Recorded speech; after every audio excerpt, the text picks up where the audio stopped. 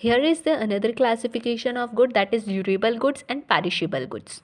Durable goods are those goods जिसकी life क्या होती है, लॉन्ग होती है, जो कि हम बार बार यूज़ कर सकते हैं, जो लंबे समय तक चल सकता है, ऐसे गुड्स को हम कहते हैं durable goods. For example refrigerator है, आपके क्लोथ्स हैं, टेलीविज़न है, आपका मोबाइल फ़ोन है, कैलकुलेटर है. ये सब कैसे गुड्स हैं जिसको आप बहुत लॉन्ग टाइम तक यूज़ कर सकते हो और बार बार यूज़ कर सकते हो.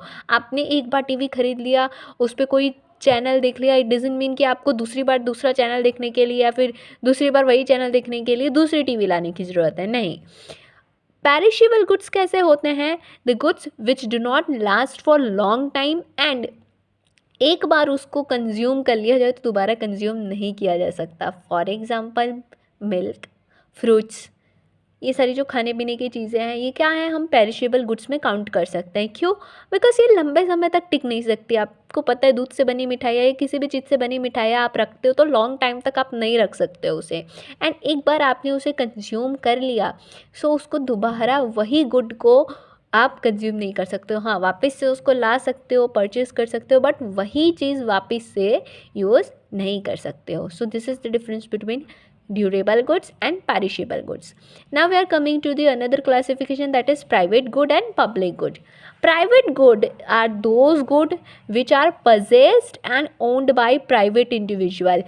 यानी एग्जाम्पल के साथ समझते हैं, आपका घर, ये क्या हुआ, ये आप possess करते हो, आप इसके ऑनर हो, तो ये प्राइवेट गुड हुआ, आपका सामान हुआ. इसके रिलेटेड अगर आपको रिनोवेशन कराना है, आपके अपने घर में कोई भी चेंजेस कराना है, तो ये डिसीजन आपका होगा.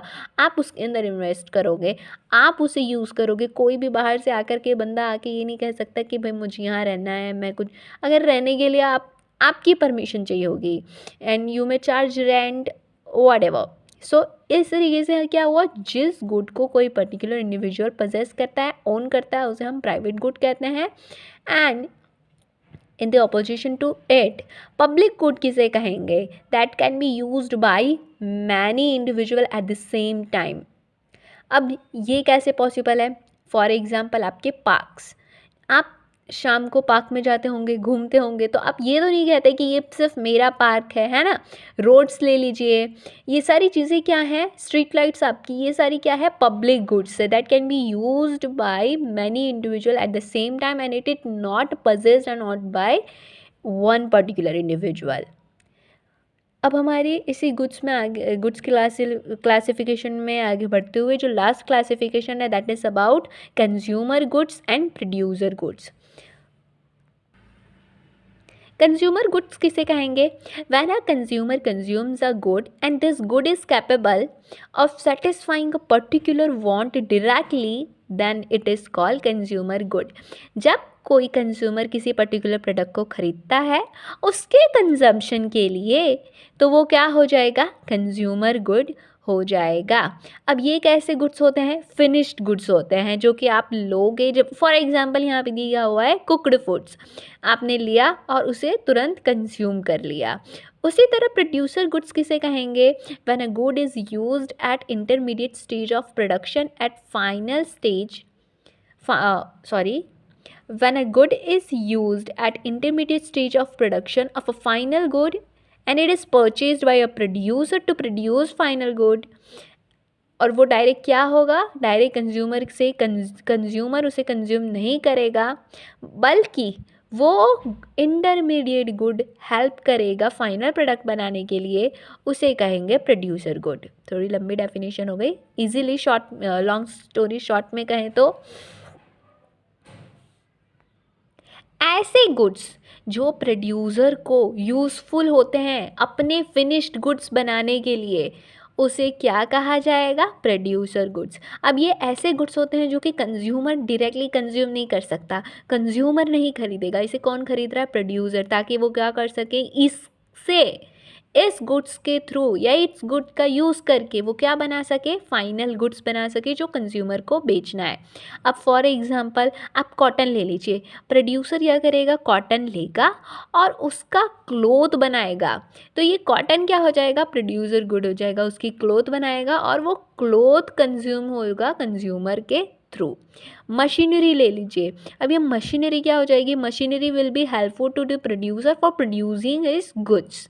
नट बोल्ट्स ले लीजिए, नट बोल्ट किस लिए यूज़ होंगे, कार के लिए, कई सारे पार्ट्स को जोड़ने के लिए, फिट करने के लिए। तो ये सब क्या हो जाएंगे, प्रोड्यूसर गुड्स हो जाएंगे।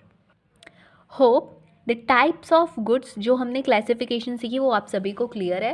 अब स्टूडेंट्स यहाँ पे एक जो हमारे व्यूअर हैं, जो स्टूडेंट है, उन्होंने लास्ट वीडियो पे कमेंट करते हुए कहा था कि मैम अपने अगले वीडियो में कुछ हमें इस तरीके से बताइए, कुछ लॉन्ग आंसर्स कैसे एग्ज़ाम्स में लिखे जा सकते हैं, या उनको याद करने के लिए कुछ शॉर्टकट ट्रिक बताइए, ये सारी चीज़ें अपने वीडियो में ऐड कीजिए।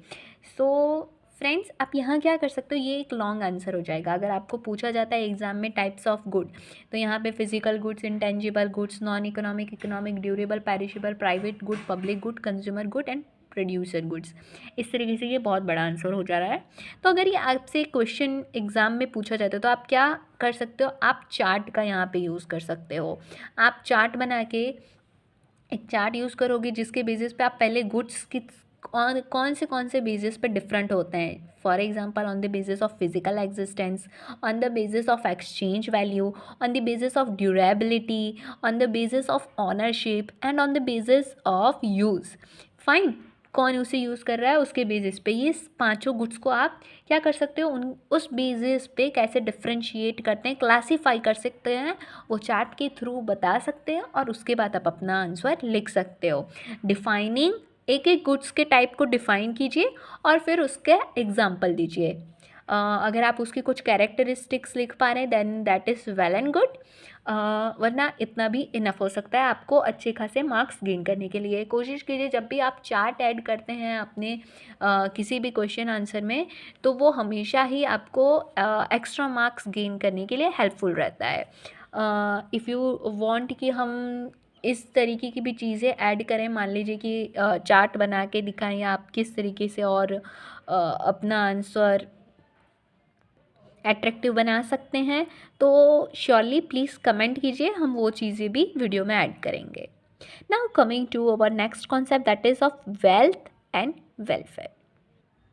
अगर नॉर्मल लैंग्वेज में समझा जाए तो welfare can be termed as the good that does goodness of that particular person, and wealth को समझा जाए तो monetary exchange और monetary price value that exist with that person will be termed as wealth।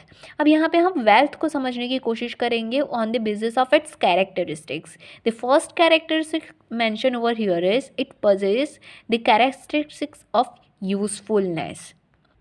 What does it mean over here? यानी वो जो भी good है वो क्या होना चाहिए, उसके अंदर एक यूज़फुलनेस की कैरेक्टरिस्टिक्स होनी चाहिए। ऐसी यूज़फुलनेस की कैरेक्टरिस्टिक्स जो कि ह्यूमन की नीड को सेटिस्फाई कर पाए। फॉर एग्जांपल हाउस है, व्हीकल है, कोई प्रेशियस ज्वेलरी है, तो ये सब क्या करेंगे, इसका कुछ यूज़ है जो कि ह्यूमन बीइंग की किसी एक नीड को, रहने की नीड को सेटिस्फाई करेगा। हाउस ट्रांसपोर्टेशन की नीड को सेटिस्फाई करेगा vehicle. The second characteristics of wealth is it should be scarce. वो गुड्स जिनको वेल्थ कंसिडर करना है वो कैसे होने चाहिए, गुड्स स्कैर्स, यानी उनकी मात्रा बहुत कम होनी चाहिए। Plus they should possess exchange value, तभी हम उन्हें क्या कहेंगे, वेल्थ कहेंगे। जो गुड्स क्या होते हैं, जिनकी सप्लाई एब्यूडेंट होती है और कोई भी एक्सचेंज वैल्यू पोजेस नहीं करते। फॉर एग्जांपल सनलाइट का हम काफ़ी टाइम से एग्जांपल देखते आ रहे हैं। एब्यूडेंट अमाउंट में हमारे पास सनलाइट आती है, क्या हम उसके लिए कुछ पेमेंट करते हैं, क्या उसकी कोई एक्सचेंज वैल्यू नहीं, तो इसको हम वेल्थ कंसिडर नहीं करेंगे। वेल्थ क्या है, as per the economic perspective, wealth must have some usefulness, it should be scarce and it should possess some exchange value. The third characteristics is it should have physical or intellectual existence। अगर कोई goods को wealth की category में आ रहा है तो वो क्या होना चाहिए, उसकी फ़िज़िकल एग्जिस्टेंस होनी चाहिए, जिसे आप देख सको, टच कर सको, उसको यूज़ कर सको। इंटेलेक्चुअल एग्जिस्टेंस यानी स्टूडेंट्स, मान लीजिए कोई साइंटिस्ट है, वो कुछ सोचता है, वो कुछ आइडिया क्रिएट करता है, उस आइडिया से वो कुछ ऐसा बनाता है जिससे क्या हो सकता है, किसी की नीड सेटिस्फाई की जा सकती है। तो वो जो नॉवल आइडिया है वो भी क्या है, एक तरीके से उसके लिए क्या कहलाएगी, वेल्थ। उस साइंटिस्ट ने सोचा उसे नहीं कहेंगे, बट वो जो नॉवल आइडिया क्रिएट किया जिसके बेसिस पे हम कुछ क्रिएट कर सकते हैं उसे हम क्या कहेंगे, इंटेलेक्चुअल प्रॉपर्टी।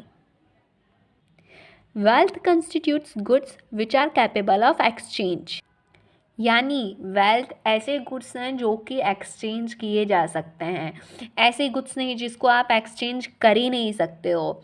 वेल्थ की कैटेगरी में कौन से गुड्स आएंगे स्टूडेंट्स, वो गुड्स जिसका आप एक्सचेंज कर सकते हो। The fifth characteristics is durability. जो भी वेल्थ काइंड ऑफ गुड्स है उनकी क्या होनी चाहिए, they should possess durability. Durability की वजह से क्या होगा कि आप उसका फ्यूचर में भी एक्सचेंज कर सकते हो और दूसरे किसी का नीड सेटिस्फाई करने के लिए, या फिर खुद आपको पैसे की ज़रूरत है तो आप इस फ़ोन को बेच के, ज्वेलरी को बेच करके अपनी खुद की नीड सेटिस्फाई करो, तो उसे आप क्या कहोगे, वेल्थ कहोगे। जो गुड्स सिंगल यूज़ के लिए रहते हैं या फिर लॉन्ग टाइम तक नहीं चल सकते उसे हम वेल्थ की कैटेगरी में नहीं लेंगे। Now here there is a classification of types of wealth, that is individual and societal wealth, national wealth and international wealth. Individual wealth is the good that have ownership and possession of particular individual. For example आपका घर है वो आपके लिए wealth है, सारी उसकी characteristics देख लीजिए तो आप मैच कर लेंगे कि हाँ आपके लिए वो वेल्थ होगा और वो इंडिविजुअल वेल्थ के अंदर आएगा। क्यों, बिकॉज वो आपकी ओनरशिप में और उसे आप यूज़ कर सकते हो, that is meant for private consumption.